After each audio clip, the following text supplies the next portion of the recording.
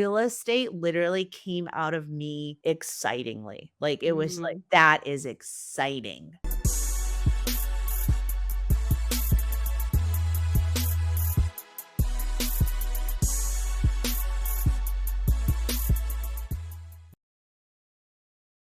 Hi, everyone. Thanks for joining me on today's episode of Purpose Driven Investment Podcast. I'm your host, Shinyi Telscher. Today, I have a pleasure to invite my friend Ashley Perez coming to our show. Ashley is a real estate investor, entrepreneur, and a mobile home park RV park owner operator who has built a multi-million dollars portfolio while raising a family and running multiple businesses. Ashley is the owner of RV Oak Campground and Retreat in Florida, and she recently acquired another super bougie RV parks in Louisiana that came with a marina. How cool is that? So I'm so excited to have her on the show today. How are you doing, Ashley?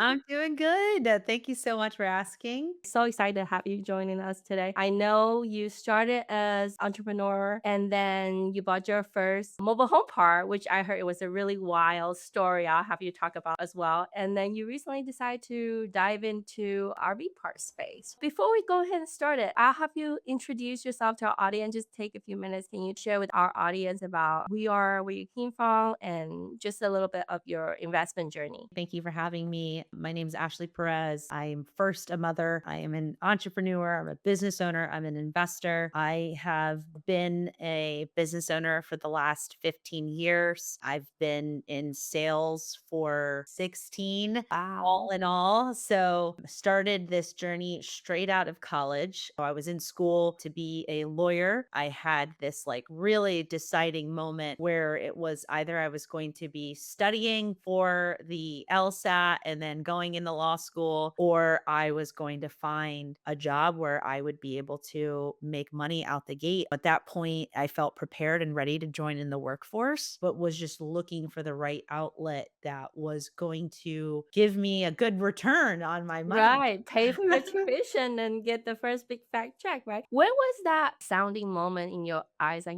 this is not good for me? I think there's a moment for you to decide, I'm going to school, it's not for me. I decide to step out of that and start your entrepreneur journey. I had started school not feeling settled on what I wanted to do. The burning question that you get asked from your parents is, what are you going to Right. do in Mm. college? What are you going to I know. How are you be? gonna pay back the things that you owe going to college? Yeah. Like, I didn't have a real push to anything other than what I was excited to do for a long time. First, it started off as a theater major because I was like, I can be an actress. And I do love that, but realized very quickly on that journey and how hard that is to kind of break out and be something in Right. that industry. And then I switched from that to psychology. And then I was like, oh, I really don't want to listen to people's problems.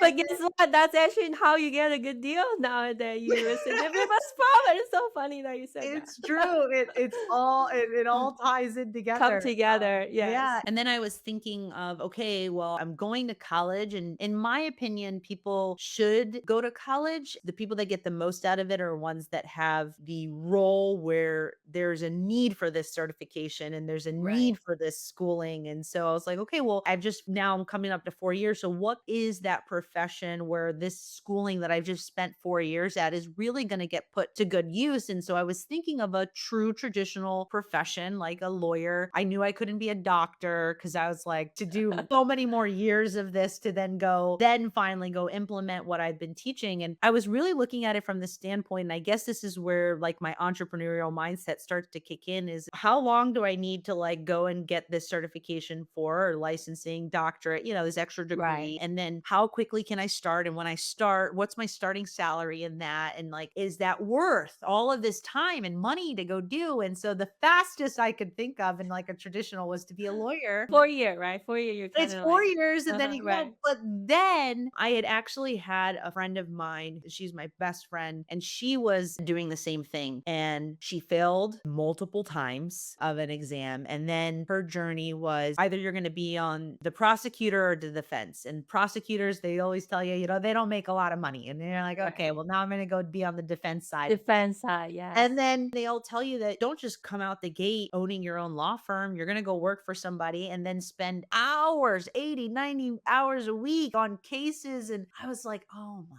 Gotta climb the gosh. food chain. Yeah. It's similar to like the hospital. You start as a resident, Yeah. you get paid Yeah. lower rate, low hours. Exactly. And then my everyday dose of a typical W-2 job was just also not doing it for me. Having to ask for time off and getting a raise of 15 cents. And like, I was just like, man, I really need to find something where I'm not going to have to go for school for 4 years. I can create my own schedule. I'm a really hard worker. Starting a business was never in the cards. It was really just what is the thing that I can do right now out of college and go be good at it in a very short amount of time. It ended up being in sales. I had tried it out in 1 week and I made more money in my whole month at my W-2 job. And I was like, I can really see something here long term. I put all my eggs in that and I didn't go back to school. I lied to my dad, telling him like I was going to take my test over the summer and I never Mhm. did. Never did. But then you made more than you ever would. So, what's the first business you mentioned about doing sales? It was in a really strange industry that now as a business owner, a lot of people know about. But when I first started, nobody knew about. You went door to door, business to business to offer merchant services, which is when a business is accepting credit cards from their customer, there's a service behind that machine to like process that card. Right. And so it's kind of like internet. Either you can have Verizon or AT&T. And T. And so that's really what I was going in and selling is you're with the bank service. I can offer you my service like with another company. Of course, I would make money on the account activation. I would make money on any equipment I sold, so like credit card Mm, the machines machine, or credit card or the machine. computers. And then I made money every Every single transaction. depending on the rate that they did. And so it was for the lifetime. So every new account just kept stacking and stacking and stacking residual that in the very beginning was a new concept for me because I was having people chime in my ear about that sounds like a Ponzi scheme, like sounds like some MLM. And I can see the setup for it, but it really is working with the banks. Like it really is a legitimate business. It Um, is, yeah. and Yeah. so from that, I was a rep for about a year and a half before we ended up creating our business out of it. That's how the business started in that industry and moving That's a into. really good first taste of telling you that this could work because you're feeling the need, it seems like. Imagine a lot of the vendor, they're still using a very expensive banking system, or they probably don't even have that machine. But nowadays, everybody's paying using a credit card. So how did that turn into buying your first mobile home part? Well, there is then about 10 years between the start of that business to then getting into real estate. And in this 10 years, we ended up opening and starting another business with another group of partners in a completely separate industry. Part of us getting invited into that partnership was because we had already had a business that was in business for so long and that we had this experience of its up and downs of things. And so, yeah, we brought our knowledge and our experience and our ideas to the table that was extremely beneficial. That business was in residential solar. And so these two businesses were running simultaneously. Now, 2020 happens when the solar business was 2 years old. Both of these businesses went in opposite directions. When 2020 happens, world shuts down. Right. And our solar industry was all face to face interactions. In order for you to sell this, you had to go into homes and have these meetings with homeowners, which completely became like Yeah, a you no can't go. get closer to them. Yes. No. And then the credit cards ends up blowing up because even though the restaurant shut down, what really it forced a lot of businesses to do that they had never done before was online ordering and takeout, Yep. delivery. Food delivery. Yes. Websites started to matter, taking Right. orders over the phone. This became like, oh my gosh, we need to do this. And then that business like went and its other direction. So Right. in 2020, when we start to see the writing on the wall for the solar industry that this might not survive, even though it survived another 4 years after that, but the solar ended up getting completely wiped out because it was heavily dependent on federal funding, Mhm. which Right. now over time has gone away. Right. And the business that we were selling for, so we were a sales organization and we were selling for a manufacturer. The manufacturer went bankrupt. The one who makes the solar panel. Yeah. Oh So my we god. had There's no order to fill, you know? There's a carrying cost for running a business and everything. Oh my But god. we had sales still Mhm. pending. Right. We had about $3 million of sales of homes that needed to get what we call glass on the roof. Right. And they were just like, sorry, Can't you're fill going to the have to order. go find somebody else. Oh my gosh. Yeah, that was a really tough time. POS starts to take off. 2020, when solar starts to kind of go back down, and I realize, okay, well, either I'm going 100% back into my other business, or I'm going to now continue to leverage myself so that we're not only putting one eggs in one basket. And that was the realization with the second company was that, like, oh, hey, our other business is still operating. We put so many processes and people in place that this is now even thriving more. Right. For me to come back into this when we did actually start a second successful business, it wasn't like a smart decision. And real estate starts coming in because in the lockdown, we got locked into my in-laws' condo. You could the elevators are shut down, the pool's shut down, it's across the street from the beach. You can't Right. go to the beach. It's a public beach. It's shut down. I'm No literally human sitting on interaction. yeah. I'm literally sitting Sitting on to the the computer. yeah, exactly. Like, I was like, Right. we're stuck in this condo. And we had our first little baby, and he's like 2 years old. And just down the street are these $10 million homes. Actually, like where Grant Cardone lives now, he had just lived on the other side of this in a big high rise and then moves into this like really small town in Florida called Golden Beach. And Really? Golden Beach, like the Mhm. property taxes are $1 million a year. This is like you drive through, it's a half a mile and it's just big homes. And I'm thinking to Right. myself, as I'm looking down, I'm like, man, they're not affected by any of what all of these high rises are feeling Right. right now because Right. they have access to the beach, they've got their own pool, they've got their own gym. Like they're not affected in this way. And I was just like, how does somebody be able to afford a $10 million Right. home?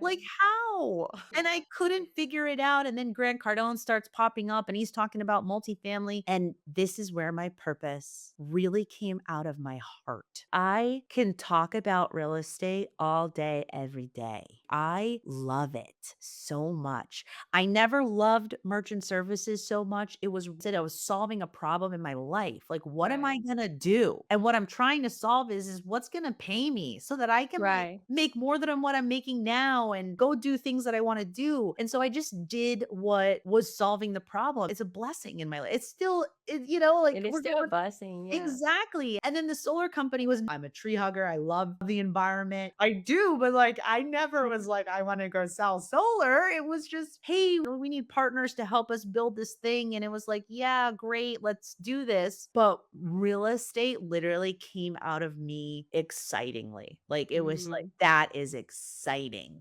And I can uh, tell from your face just lit up. It's so interesting that you mentioned that because I think we all started with we're trying to pay your paycheck. You're trying to find the thing to pay for, and then you start something that may not be your passion, but it helped pay for the bill. It helped fit the needs at the time. It's a proof of concept. Once you start getting that stage, okay, all the bills are paid, everything's pretty smooth, income's pretty sustainable. Then you start thinking about, do I get any enjoyment out of it? Do I get excited about a business? I think real estate give you that excitement. it definitely did. And I had been searching for that for so long, like, what do you want to do? What do you want to be? I had no Mm. idea. I really didn't. I was just going through the motions and just doing the right thing. And then when that came about, I was like, this is where I'm going to put my energy. This is where I'm going to leverage ourselves. And then it becomes real estate is a wealth building pillar. It's Right. something to be invested in.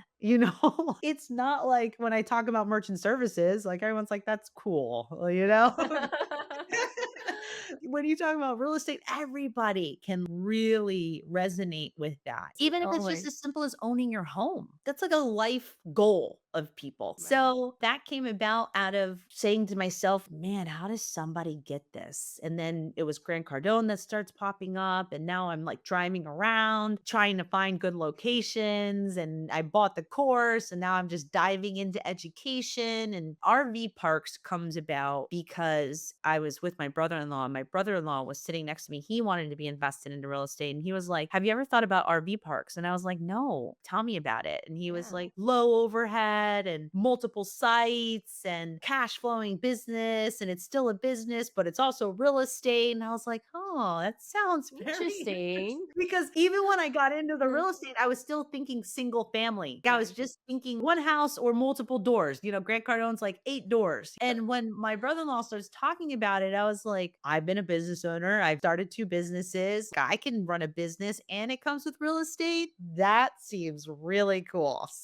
So that's how that comes about, not out of knowing ahead of time either. It just came out of a conversation and then it just made sense business wise. And he's my first partner in the park that we own in Florida. I was looking at your LinkedIn profile. Was that the River Oaks RV Campground and Retreat? That's what you own with your brother? Yeah, with my brother-in-law, yeah, talk about how it all plays together, psychology, sales. Finding my first park really activated so many other skills that I have learned in my other businesses. It's talking to sellers. That's what I had to do, talking to business owners. They're also business owners. Cold calling. This is what I did. This is how I drummed up businesses, is that I would go door to door. And so Right. that's what I started doing. I just didn't feel qualified to talk to a broker because I never had had one before. Not only just nervous, but this Imposter syndrome? imposter syndrome.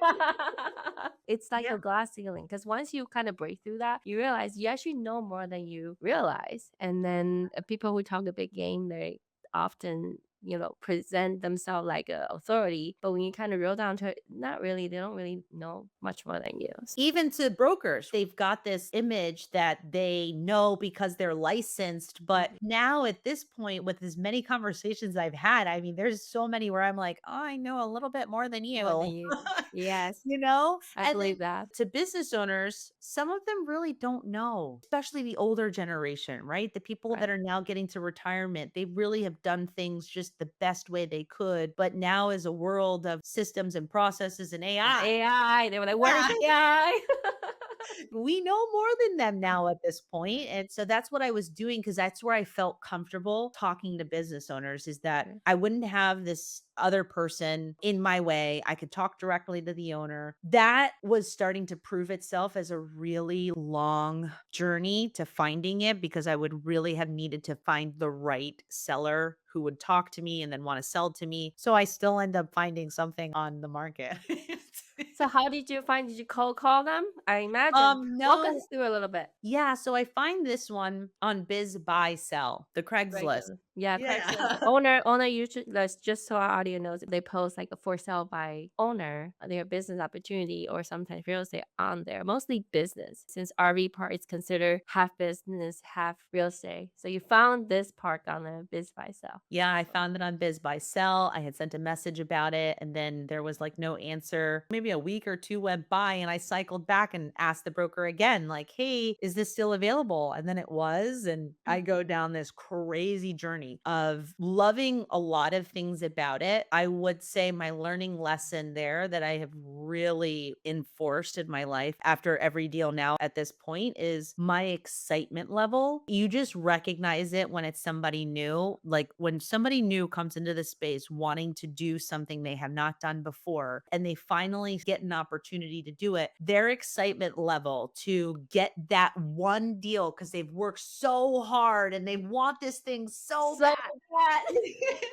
That excitement level is really tough to contain. Tamper down, yes. But it's kind of Um, dangerous though, would you say so? Because sometimes they will try to wanted to make the deal worth so much, they're giving out a lot of things they shouldn't give out. Yeah, and I would say that about this deal is that this deal required an entire rebranding, a shutdown and open back up as a whole new Name business, on the business. attracting different, a completely different demographic, which is not for a first time buyer. You should not do Mm, that. Major heavy lifting to the point where even my underwriting was like, this is going to be negative for 12 months in this process. My excitement level and others people's excitement level should not be at the point where you compromise yourself from finding a deal that is a good setup from day one, that doesn't right. require such a, like a heavy lift that you compromise what your first deal should look like because you're just so excited for that opportunity. That is my learning lesson.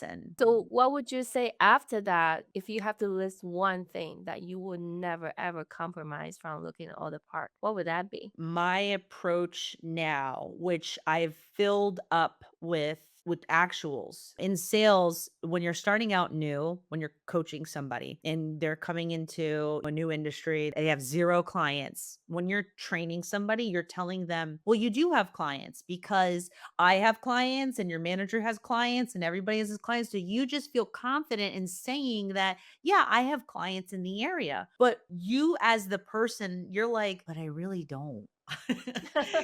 So it doesn't feel genuine. Right, So right. what my approach is my number one takeaway is to come at every deal with, this is not my only opportunity. And I've Oh, had I to love it. build to this point where I am actively looking at a number of opportunities. I talked to a seller yesterday. I had talked to a broker the day before. This Mhm, is the truth about it now. But when you're first starting out and you find that first deal and then you stay stuck on this first mhm. deal, you really don't feel like you had any other opportunity. Fill your pipeline with so much opportunity so you don't Thank fall you. in love with the one you're looking at and trying to make it work so much. Wow. Yes, I would totally agree with that. I think that's the common mistake that a lot of new investors make, especially if it's their first part. They're so excited about it. I have been looking at a lot of park as well. And often my non-negotiable will be it has to cash flow as is on day one.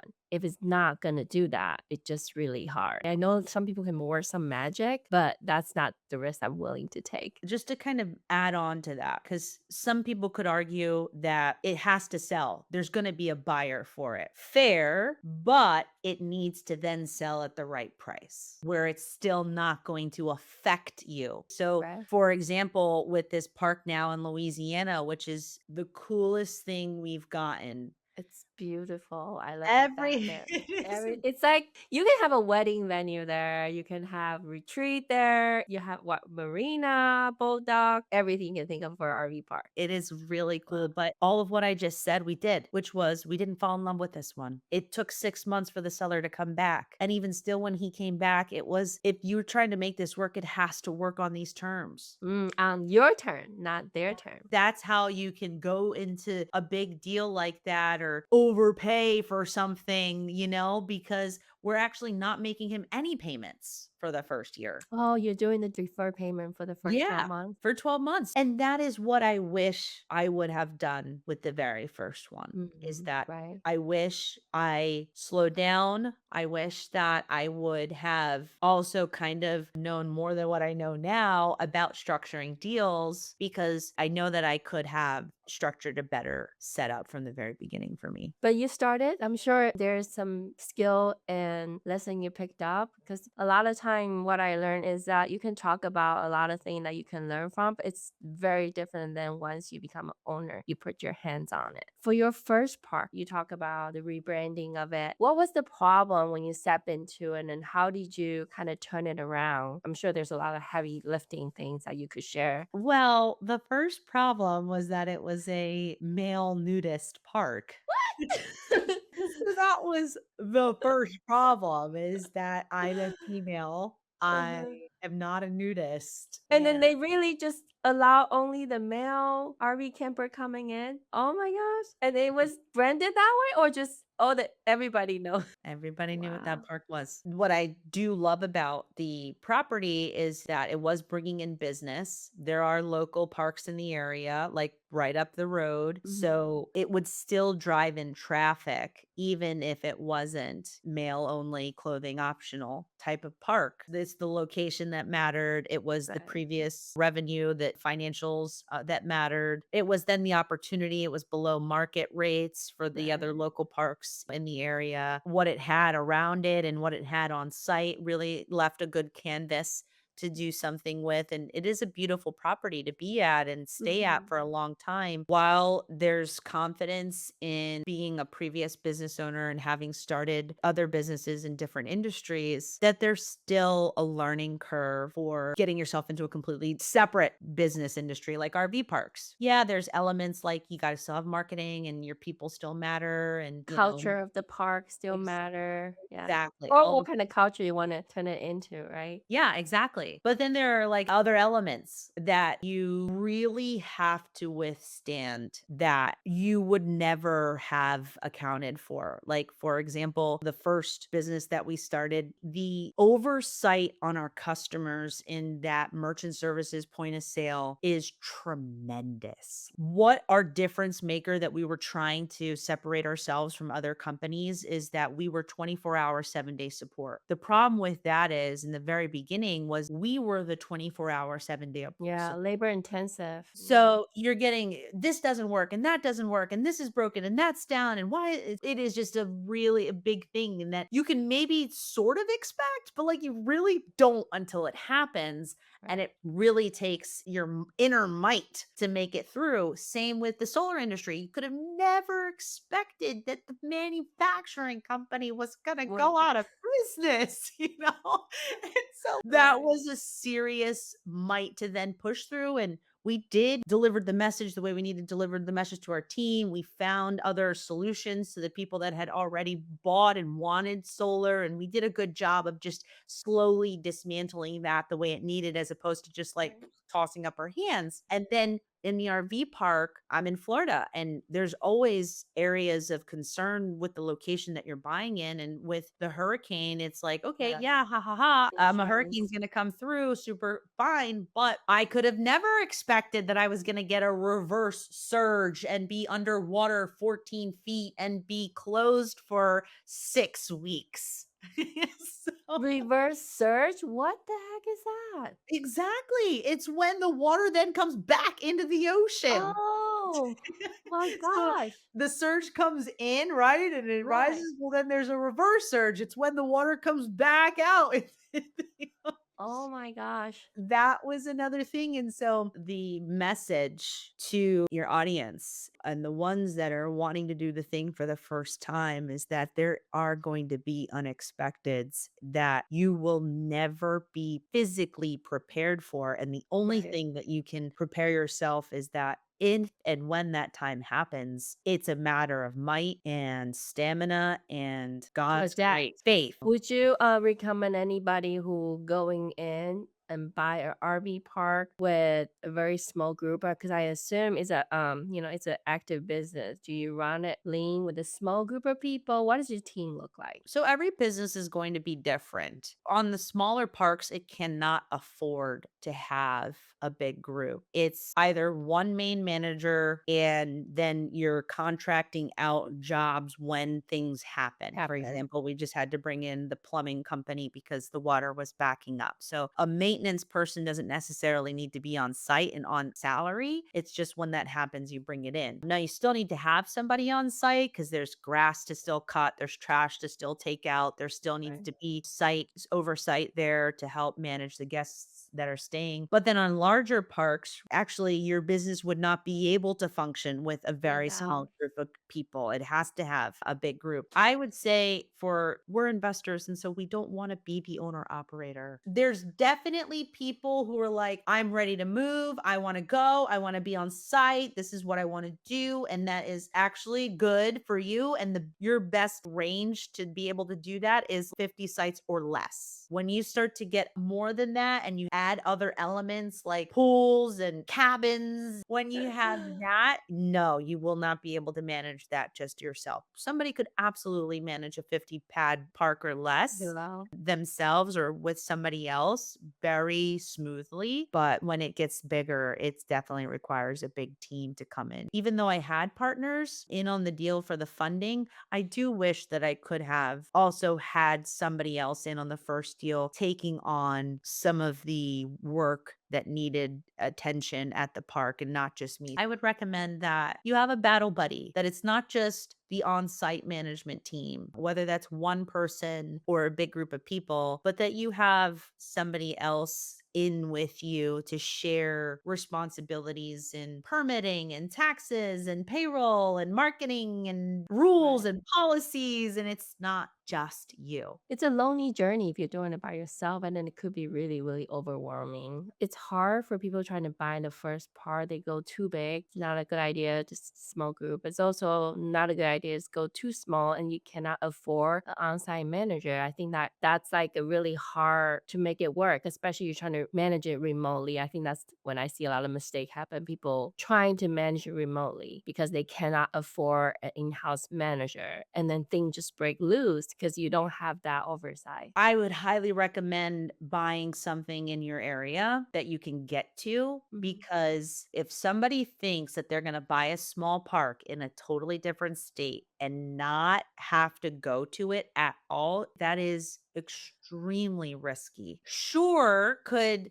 this person that's been there like want to stay there and they're like, I can help you, I can help you. And then closing happens and keys get turned over and you're in one state. And then this person that you've never worked with before talked up such a wonderful game that they were this great, awesome person. And then you really would have no idea how things were happening if you were states away. And that Right. is extremely risky to do because you are literally putting your entire business, potentially several $100,000, potentially millions of dollars Right. into some random person you just so happen to know day one of operating this place. And so Right. the first perk I bought was in Florida and I was four Mm. hours away. And that was still a bit Still of a a lot. Yeah. So I'm so glad to hear you say that because sometimes I wonder if it's a good decision for me to kind of stick to my buy box of it has to be within driving distance. I don't want to be something that's too far out. I cannot get to it. I cannot take my kids with me to drive and take a look at the park because I like to do a little secret shopper thing, like just like, hey, I'm the owner, but I'm like, I'm not.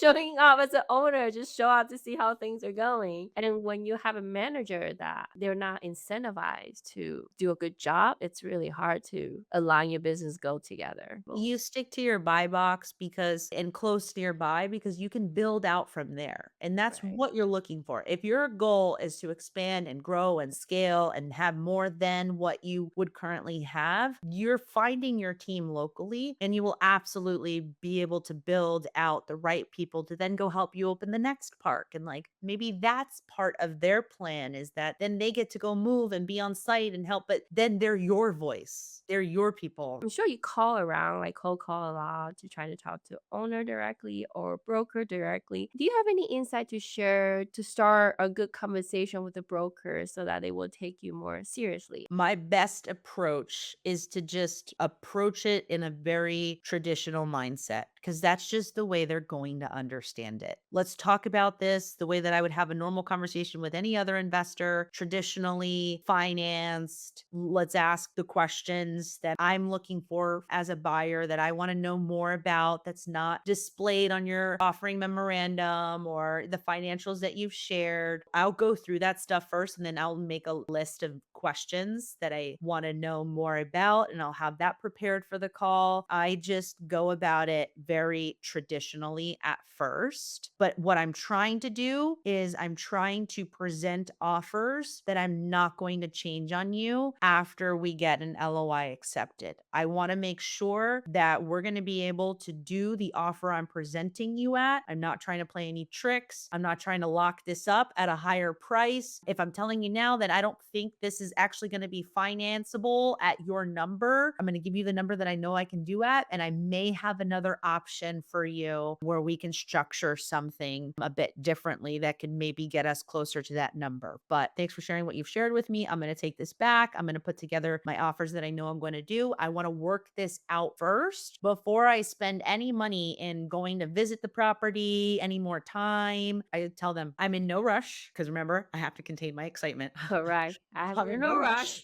rush.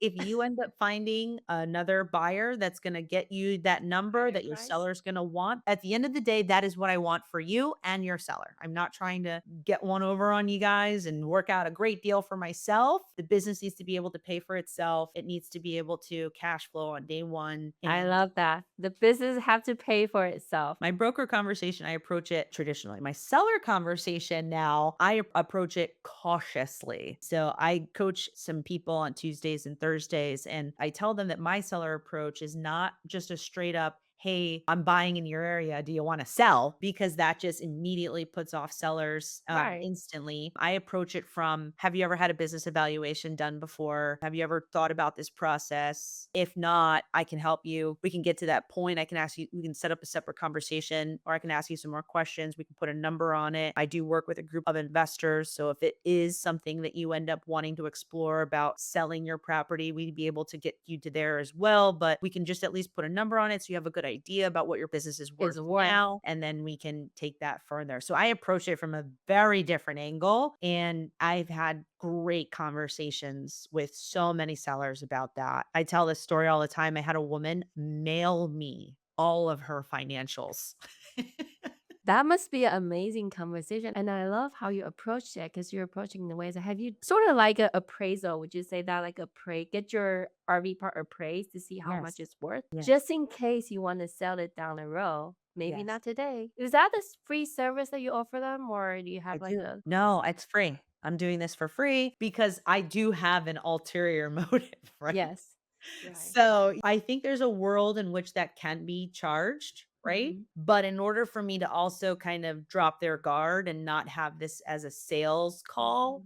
And it get the becomes, true financial because yeah, they will be voluntarily offering you that information. yeah. Yes. Nowadays, a lot of mom and pop owner, I'm sure they get call a lot. Say, hey, do you want to sell your part? But they're in no rush, because a lot of them own it for a long time. It's cash flowing just fine, so they're looking to get the top dollar. They're not in any rush. Some are, and see, like, that's not the seller we'd be looking for, right? We're looking Right. for the person I've had the conversation of it. Actually, yes, we need to start preparing for that. I am going to be retiring. They'll say, I just had one done. And then my conversation is like, well, maybe you should get another opinion. Opinion.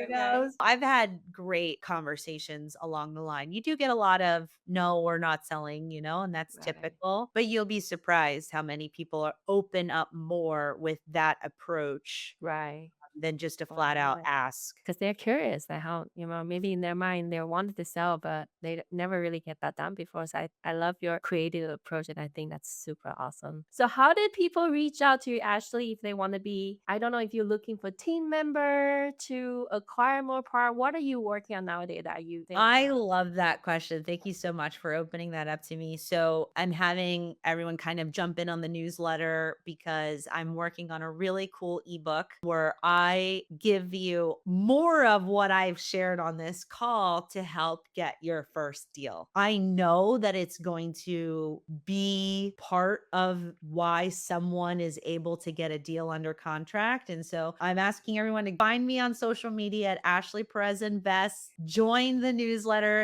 if my ebook is not out yet. And then when it comes out, get that thing and just start Sign working. up now. Yes.